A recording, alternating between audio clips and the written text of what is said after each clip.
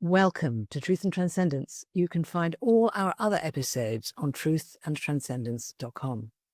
Today, I'm delighted to welcome special guest Amanda Falkenberg, who is an internationally acclaimed composer and creator of the Moons Symphony, which is a groundbreaking fusion of orchestral music and planetary science. Her work, inspired by collaborations with NASA scientists and astronauts, transforms real space discoveries into immersive musical storytelling. Through her lunar educational program, she guides learners of all ages to explore the outer solar system through sound, science, and imagination, which, honestly, how unique is that? That's very, very exciting. And you can find Amanda and everything she's doing on moons-symphony.com. And in the show notes, there's going to be a longer link to the educational course, which is attached to the Moon Symphony, which is fascinating. So, Amanda, thank you so much for coming on the show. Thank you so much for having me. It's such a pleasure to be conversing with you on this topic that is very dear to my heart, I guess you could say. Definitely. Well, I don't think you'd have been able to do it if it wasn't dear to your heart, would it? I think, yeah, that is just the nail on the head right there. I think artists, we need these passion projects in order to, last the distance, if you like. This project's been evolving for the last 8 years. And yeah, you need a lot of commitment and passion to, yeah, last the distance and still, and not fatigued by it all because it's so immense, especially with the layers of this kind of project of this size. But, as my sister would always say to me, you don't need to see the full staircase to take each step. So I love that. I like that too. Yes, it's very profound. It's very helpful. Yeah, absolutely. I love that. So Mm. when we met before on the pre-call, and I was asking you a little bit about, who you are and how can you be the sort of person who can actually think of something like this? Who's going to wake up on a Sunday morning and go, "Do you know what? I think I will just make a orchestral piece about the planets. I think I'll do that. Tell you what, I'm going to contact NASA and see if they think it's a good idea." That's just not, what the average person is going to think of. So, and I asked you a bit about yourself, and you said that you've got this amazing kind of connection with the question, how far can we take this? And I thought that was so interesting because I think so often in life we think, how can I get this dealt with? How can I solve these annoying problems? How can I sort of do enough? But how far can we take this is an incredibly expansive perspective. So would you like to share a little bit about your connection with how far can we take this?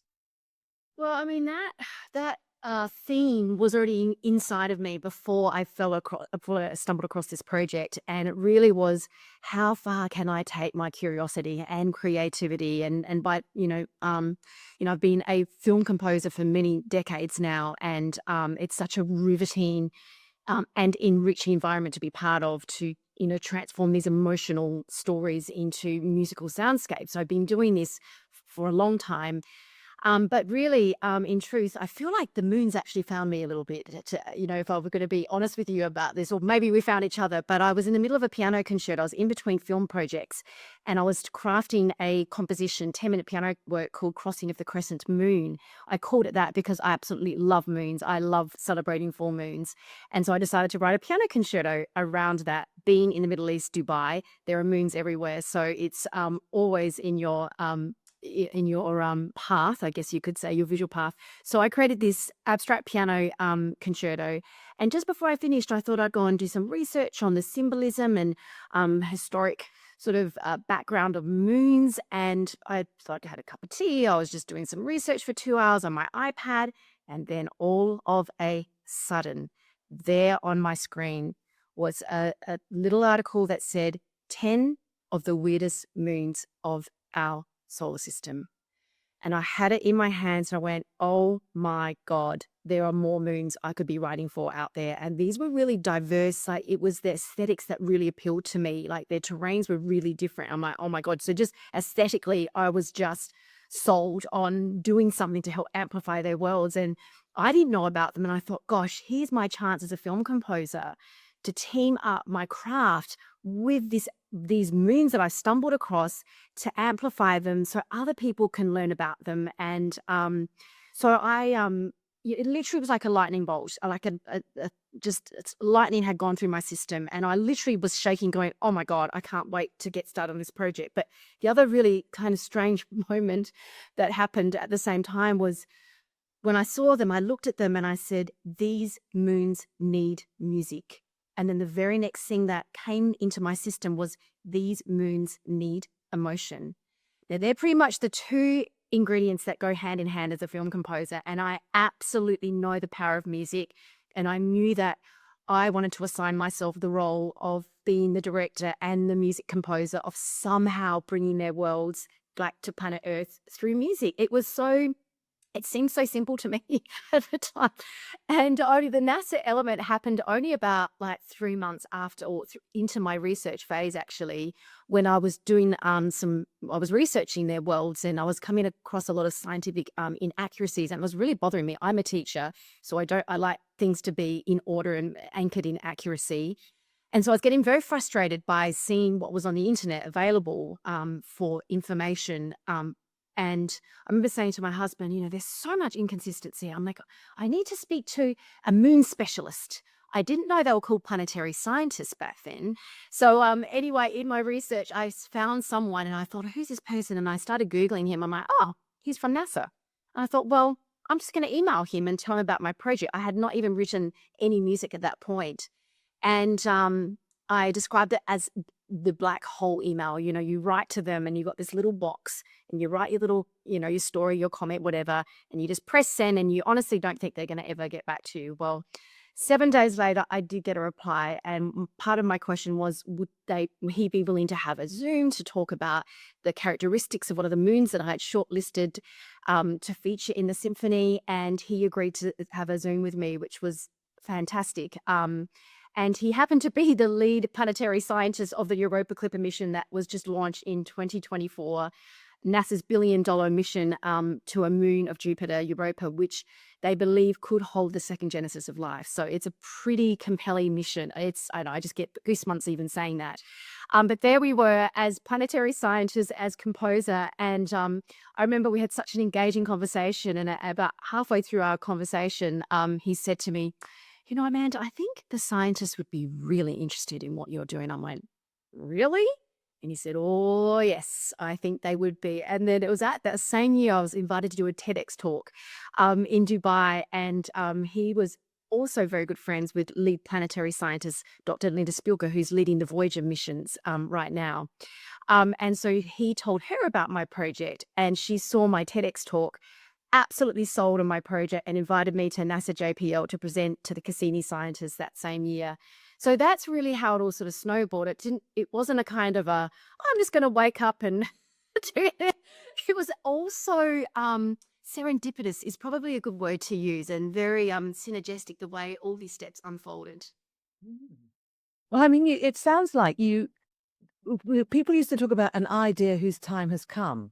That idea that an idea can emerge at just the right moment that fits with something else where it's the right moment for that. Obviously, for this man, it obviously met something in him that was ready to consider something like that. And for you were looking at the moons. You suddenly saw this article about the other moons, and you were already interested in the moon. And suddenly that triggered you. So that's really interesting kind of set of synchronicities, isn't it? It actually is, and that's part of my LUNAR course. So it's taken me like 3 years to really finalize the format. So it's super authentic, and it's just baked in this kind of a spirit of how the whole symphony has evolved. And there somehow I wanted to really make sure that the LUNAR educational experience reflected that. And it's funny you say that, because one of my my progressive treks or my that's how I'm sort of delivering the educational content, and it's called the synergistic worlds, and I have a whole lesson devoted to that very subject you're talking about. So I show my students how the worlds of, that seemingly opposite worlds of planetary science and music, and show how they actually do blend and they do fit together. And I have so many stories to share, just like you've just shared then, to show that these worlds that are often pulled apart actually coexist beautifully in this wonderful ecosystem of planetary exploration. So thank you for saying that, because that's super special to me in this whole journey of creating this Moon Symphony. Yeah, it's got a magical quality to it, doesn't it? That synchronicity. And in the way you describe it, you said something about not being fatigued by the process. That is that part of why you don't get fatigued, because of the magic of those connections. It really is. And I also think, especially when I was building the symphony and working very tediously with the notation score, which you can imagine for like 95 instruments, there's a lot of room for error. And I remember when I was becoming fatigued by that just process by itself, I would sit in my studio, I would literally just take a break and think about, because it was at the same time the Europa Clipper spacecraft was being built as I was building the symphony. So we sort of grew up together, if you like, in terms of our projects. And so when it was at a critical phase in its development, so was I in the symphonic development. And so I was listening to a lot of where the scientists were at with, it's time for building the hardware. It's all this kind of thing. And I was building my hardware and the symphony, and I would think, and I would rest my mind on the fact that there was this massive team around this spacecraft, and they were putting the nuts and bolts together of this spacecraft. And I just decided to rest my story in exactly the same analogy. I was putting the musical notes, the nuts and bolts, into my symphonic space flight, I like to call it, my symphonic spaceship. And that, for some strange reason, I took comfort in. And so when it was over, it was becoming overwhelming.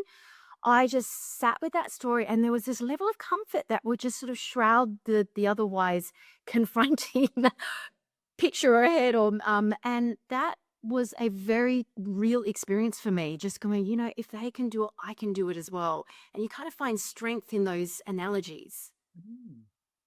Right. So you were you were using what they were doing as part of your foundation to support what you were doing. I think that's very astute, and I've heard other examples of people doing that, where they look outside at something that other people are doing or that's happening, or even if it's just an aspect of nature, let's say, Exactly. look at that mountain, whatever, I can be steadfast too, kind of thing. And it's a very interesting aspect of our creative process, isn't it? The capacity to think of that and then to do it.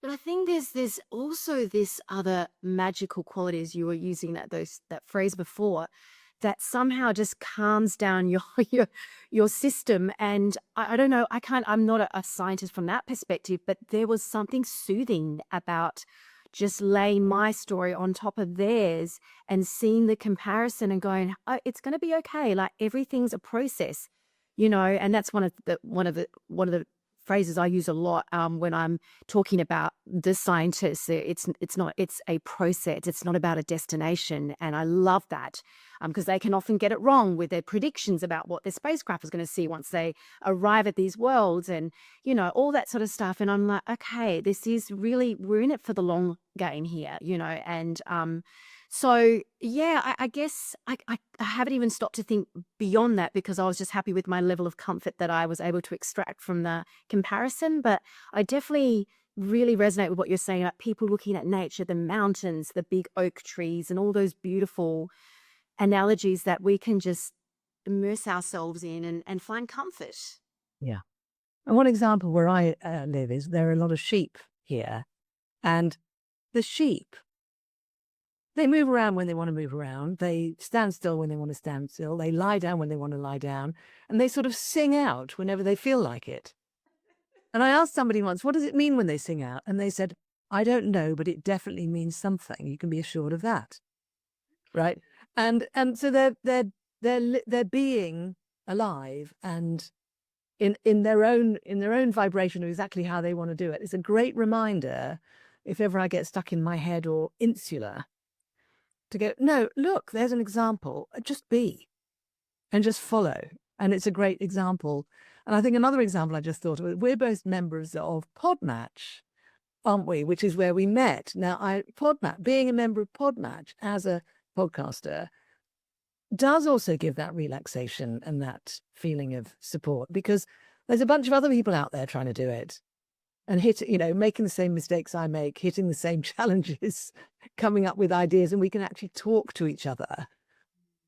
So you just reminded me of the value of that as another example. And there's that, we can even go further and say that sense of community, because I think the more we become in this technologically driven world, the isolation seems to becoming more apparent every year. And I feel like, are we going to go back to that renaissance of the true meaning of, community and that spirit of connectivity with each other? And I feel like your example just there with the podcast match and my sort of analogy with the planetary scientists and then building of these spacecrafts and these missions, I think, I feel like that theme is trying to come through in our own sort of worlds in its own way. So, which is fascinating to me. Yeah, me too. I think that's fantastic. That on its own is a really, really interesting piece of reminder, I think, for all of us. And I just wanted to track back slightly. You were talking about you became fascinated in the moon and you were exploring about the moon. And then you saw a thing about all these other moons. And your response to that was to start looking at those. And coming back to this thing I mentioned earlier about how far can we take this?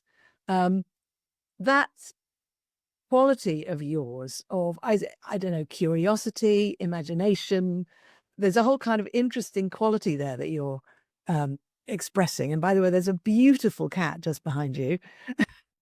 This is like, I cannot, funny enough, she is a massive feature in my LUNAR program. Like literally she's almost in every scene. And funny enough, she's been a part of the whole entire journey. She just is so musical. And I think she's really enjoying this conversation. Seems exquisite. Yes. Absolutely exquisite. So yeah, would you like to share a bit about this quality of yours around, if you're interested in something, so you completely explore it. There's something else comes up which expands it. Oh, you completely explore that. What is it like to have that kind of thing happening with you? Yeah, I think, what I feel it's come from a lot of hard work. And I think we have to make mention of it. And I don't think I talk about it enough, actually, Catherine. I've been a pianist since I was 2.5 years old. And I've spent the first 2 decades of my life absolutely climbing to the highest mountain as I possibly could as a pianist. So I went through all the exams. So already that spirit was evident at a young age, because I was like, okay, I want to do all the piano exams. And I absolutely did. I got up to my Elmaz in Australia. And then I'm like, everyone can play Beethoven. Everyone can play Tchaikovsky. I want to do something a bit different. That's when I started leaning into the composing. I wanted to start, creating my own music. I was curious about that because that's something that not everyone can do. And so then the next, 2, 3 decades, I've been spending my time, learning my craft as a film composer and a composer of the orchestra in particular. I started off with just like little piano miniatures, but then I got more curious about the other colors of instruments that I could be using in my palette. And so one thing led to another. And before I knew, I was absolutely at home writing for the symphonic orchestra, which is just my absolute happy place. And so it didn't take long for me to really define that craft. I'd say probably a good 5 to 8 years, but I mean, this is working like 8 hours, 10 hours a day on it. And so this is no formal training, by the way. I did not go to a composition school. This is all self-taught. All I have is my solid background as a piano/concert pianist, in the making sort of thing. But I didn't want to pursue the concert pianist because for those reasons I explained before. So I decided to open the door of composition, and I loved looking at them. I studied in ballet studios and I was composing music for the dancers, and that was just like the natural movement. And then that led to film, which is of course ballet on screen. And then the thing I loved about the film is the emotional quality was a lot more pronounced. And so things have just, and I've always been a collaborator. I've always loved layers, and I've always been so fascinated about what happens when you really get at the possible top of your craft as much as you possibly can. And then you're at a place where you've got this level of comfort that you know how to access the sounds and so you go after a new story. And for me, it was these moons. And then you knew how to access these palettes really fast. And so you could put the research, put your skills as a film composer, put your mind to it, your love, your passion, your emotion, and just put them in this one big, beautiful organic suit and see what comes out of it. Like, that's literally how my brain functions. But I would not be that confident if I had not. I mean, the other thing as well is I was testing myself out. I enrolled my music, register, I should say, my music into film competitions, and I was constantly getting really awesome feedback. But I'm like, that's all well and good, you know, but I want to do something even better than just getting, submitting a small composition that I wrote and getting a nice review and winning the contest or whatever. I wanted to do something more than that, like something far more impactful that other people could truly, experience. And so that's why I was like, yeah, it was all well and good to get these awards, but surely there's something more than just that.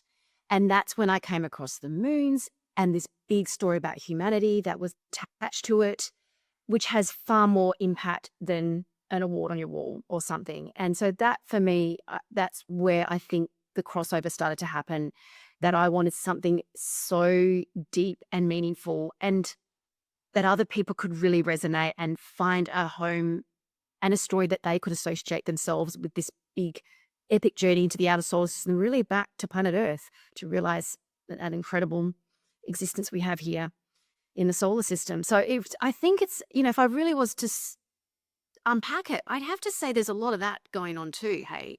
Yeah.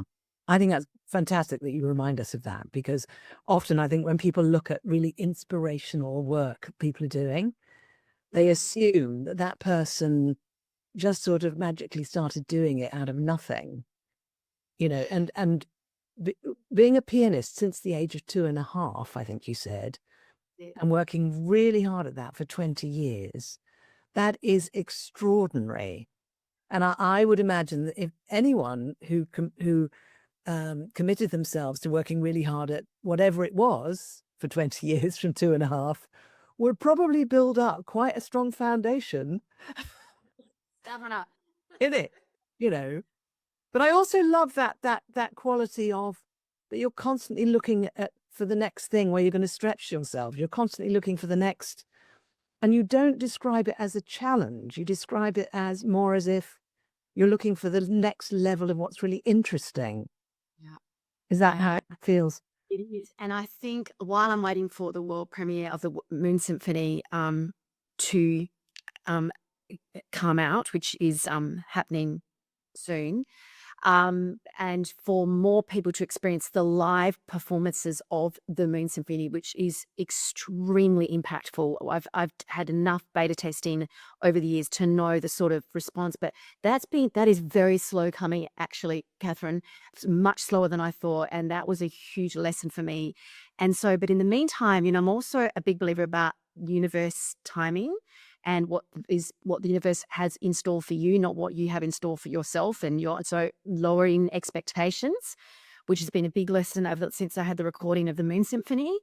But I have quickly realized that this LUNAR program that is absolutely, in connection with the Moon Symphony is feeling so nourishing to me in terms of the sort of feedback I'm getting from early beta testers in that.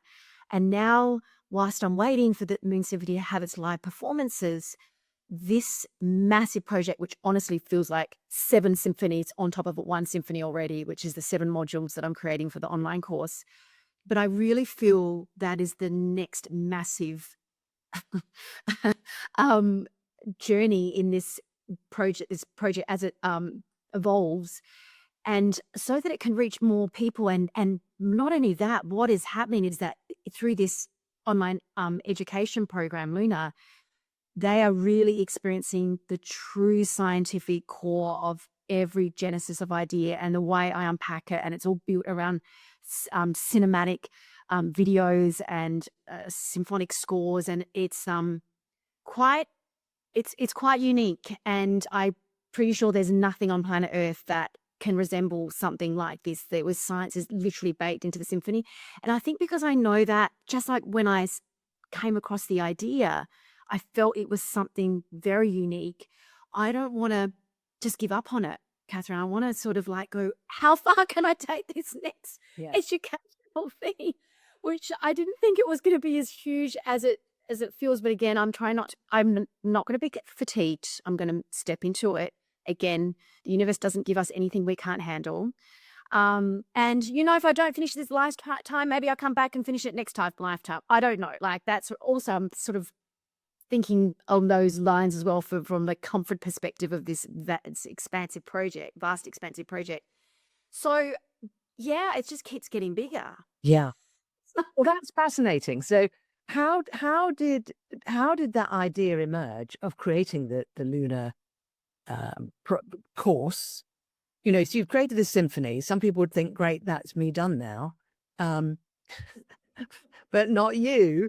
And so you then came up with this idea came to you. What happened there? What was that?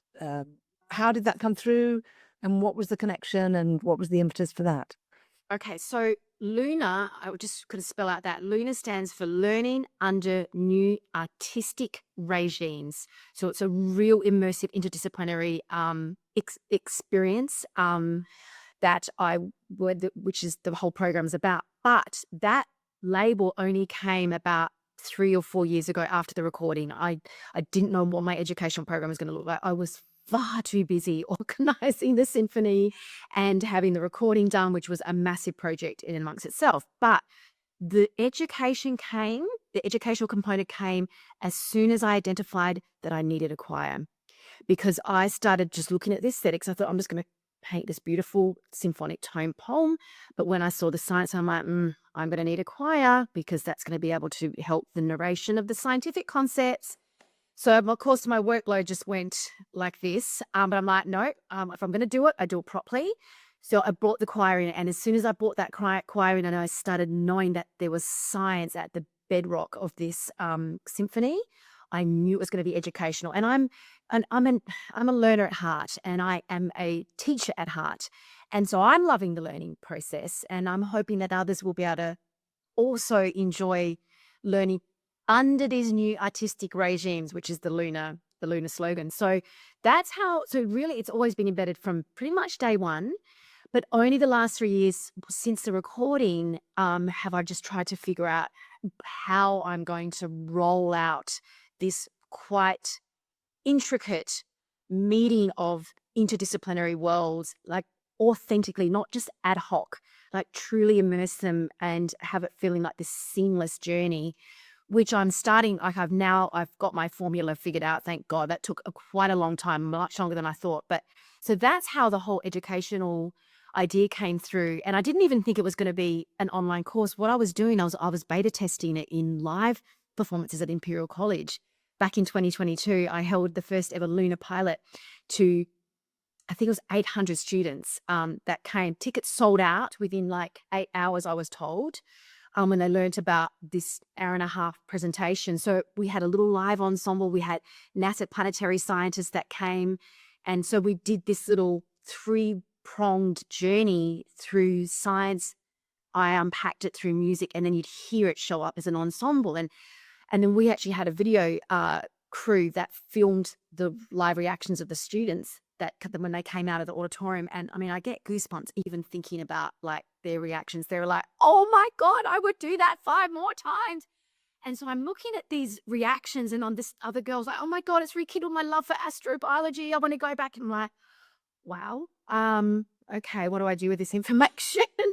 And so really I've been trying to unpack it in a way. And it was my sister who said, you've got to do an online course.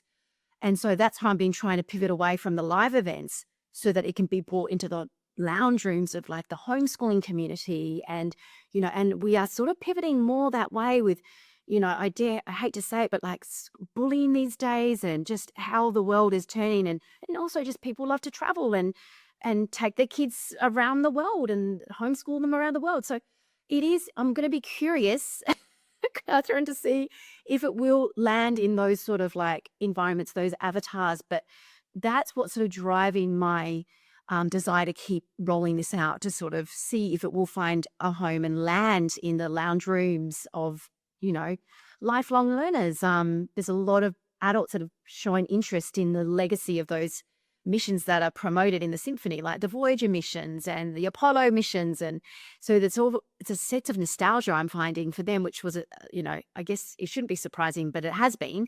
So it's and I feel like, well, if there is a way to make a bit of a difference, and people have also commented about how life changing, it's, I can't, the amount of times I've been told this, I'm like, what do I do with this information? How else can I make it more, special for them, this journey and this experience is the word I like to use. So I'm just super curious. And as tricky as it is trying to put all these elements together, I'm just simply not going to give up without trying and just, seeing if there is a home on planet Earth for something like this. Well, it sounds to me as if it already energetically already exists, and that you're in the process of bringing it into the physical reality.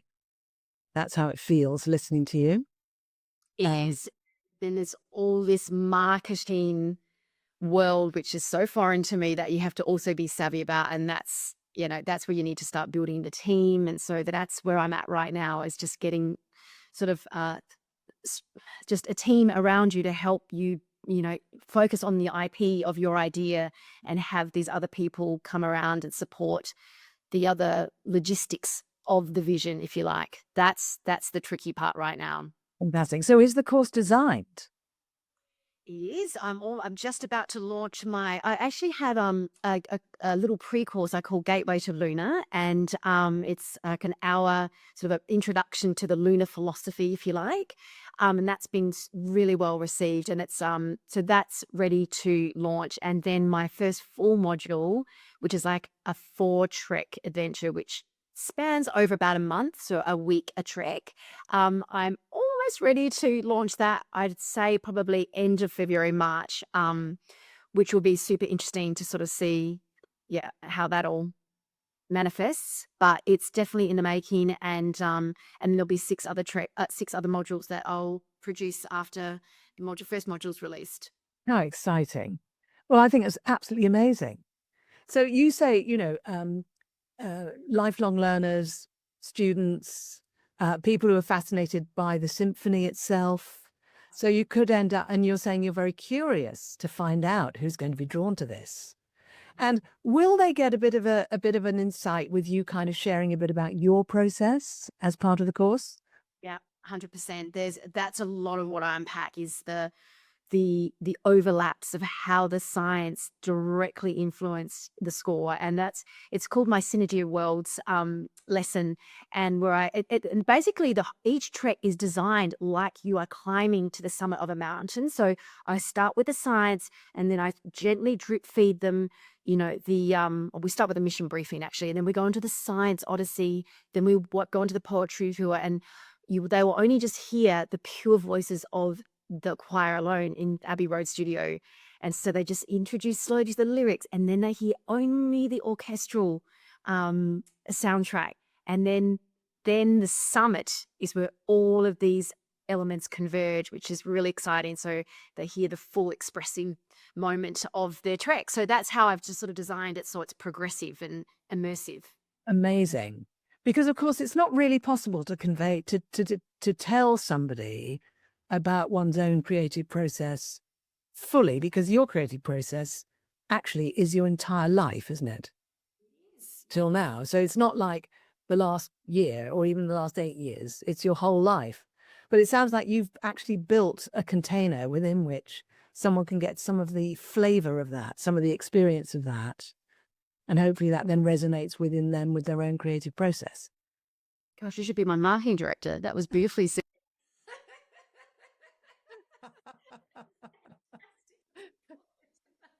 Feel free to take any of the wording from this episode. I always say to guests, if there's anything, because, in these conversations, for me, these conversations are creative process in and of themselves, so we trigger things in each other as we're talking, which is just beautiful, very fascinating. And I that's one, because years ago I used to be having conversations with friends, and one of us would say at the end, God, I wish we'd recorded that, because that was amazing. And this was before podcasts existed.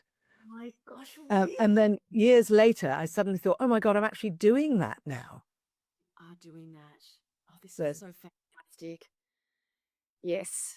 So It just goes going for a walk with your dog. We wouldn't have a means to record necessarily back then. So, but this is it. This is your vision manifesting back then. Exactly. Fascinating, really.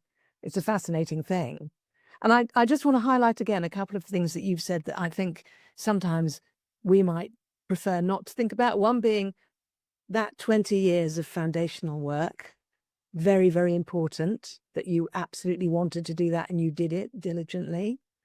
Another one, which you've really illustrated so beautifully, is this thing of, okay, you reach a certain level and then what's next? Where further? Not because you think you have to, but because you are drawn to do that. You are inspired to do that. You're enthusiastic to do that. And that's a beautiful piece there that I wanted to highlight, because I think that experience, and I just want to, say to the listeners, watch out for those moments where you've got that feeling of inspiration of, great, this is really strong. Where could I take it next? Notice those and follow them, rather than just ignore them.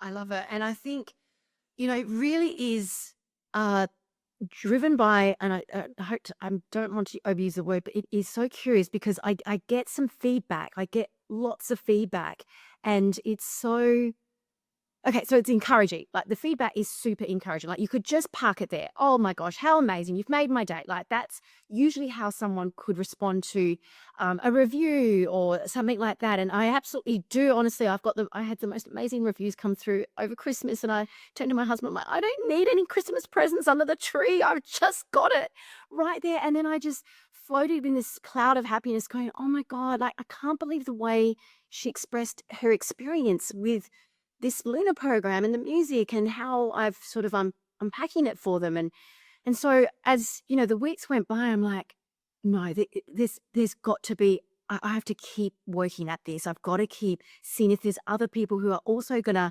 light up. And, this one particular person, I will share this with you actually, who I've invited into the pilot phase of the program. She just lost her son last year. And she's been following the Moons Symphony forever. And I didn't know this at the time. And when I sort of reached out to her and said, hey, would you like to experience the course, in its beta phase? And she just wasn't in the position to do that while she was dealing with her grief.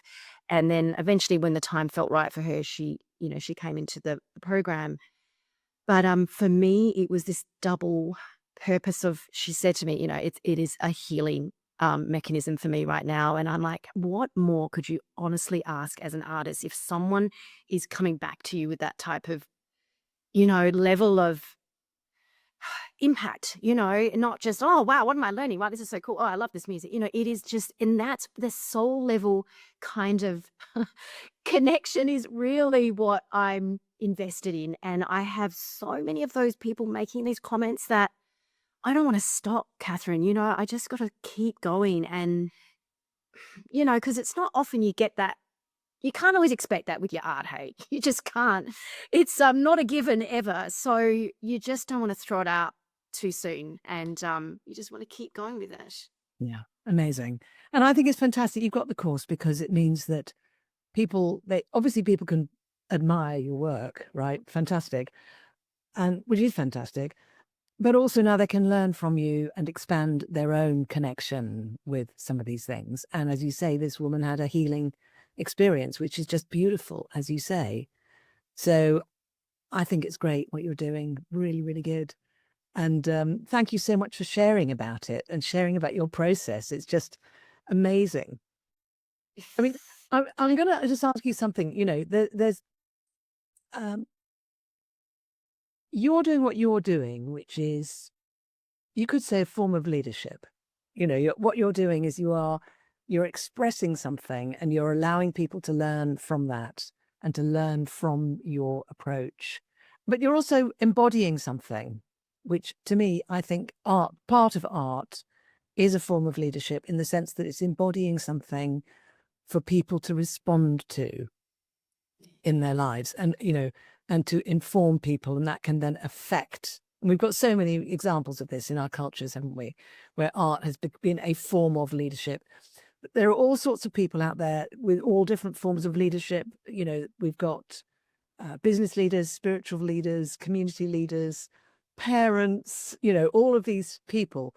Some of these people like to tune into the show. Is there something you'd like to say to those people in relation to some of what we've been talking about today?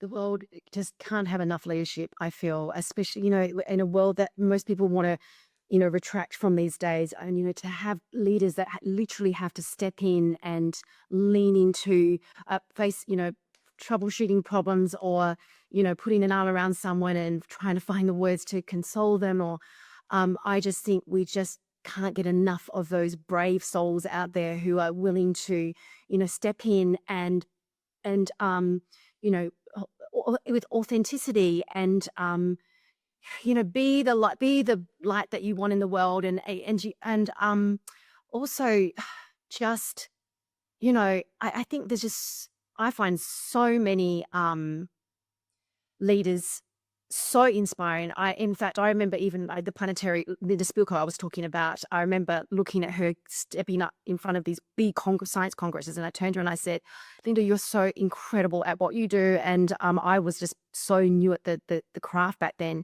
And she just said, "Oh, Amanda, I've had a lot of mentors in my life."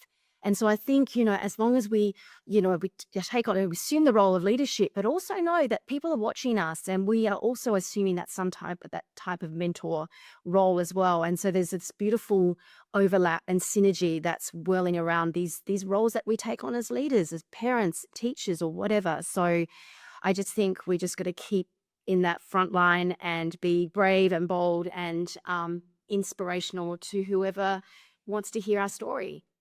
Beautiful. Thank you so much. So, as I said to you before we started recording, I could sit and talk to you for hours and hours on end. And we've talked about a lot today. Has there been for you a favorite part of our conversation? I knew I was going to enjoy your energy.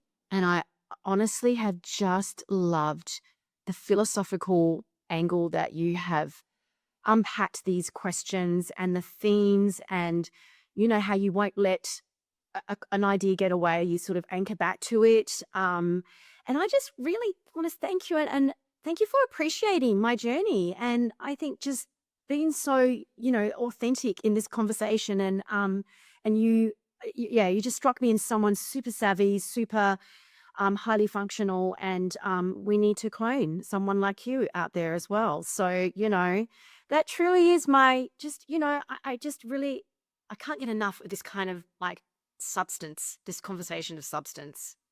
Good Beautiful. enough answer. Thank you very well. That's amazing. Thank you so much. Thank you. Beautiful. Well, it's been a fantastic conversation for me as well. And of course, these things do take two, don't they? So, They do. you're right. I feel we need these conversations. We need these deep dives together, in communication, in connection, from a place of goodwill and love and contribution, which is, I think we both are coming from that place. So thank you. It's just been amazing having you on the show. Oh, Catherine, I feel like we're kindred spirits. I honestly do. Like, it's so cool. I love it. And hard to find kindred spirits in a place like Dubai these days. But yeah, it has been such a joy. And as you know, it was my big birthday year. And I literally will tick that one as another beautiful birthday present, this interaction today, honestly. Like, Amazing. yeah, I'm serious when I say that. So Thank you. Well, thank you so much for coming on the show. And thank you, everybody, for watching and listening. And do go and check out this amazing LUNAR course. And just to remind you, if you go to moons-symphony.com, you'll find all of Amanda's work. And do look in the show notes for the link that takes you straight to the course. So, oh, and do check out more episodes on truthandtranscendence.com. So thank you again, Amanda. thank you so much. It's been an absolute pleasure.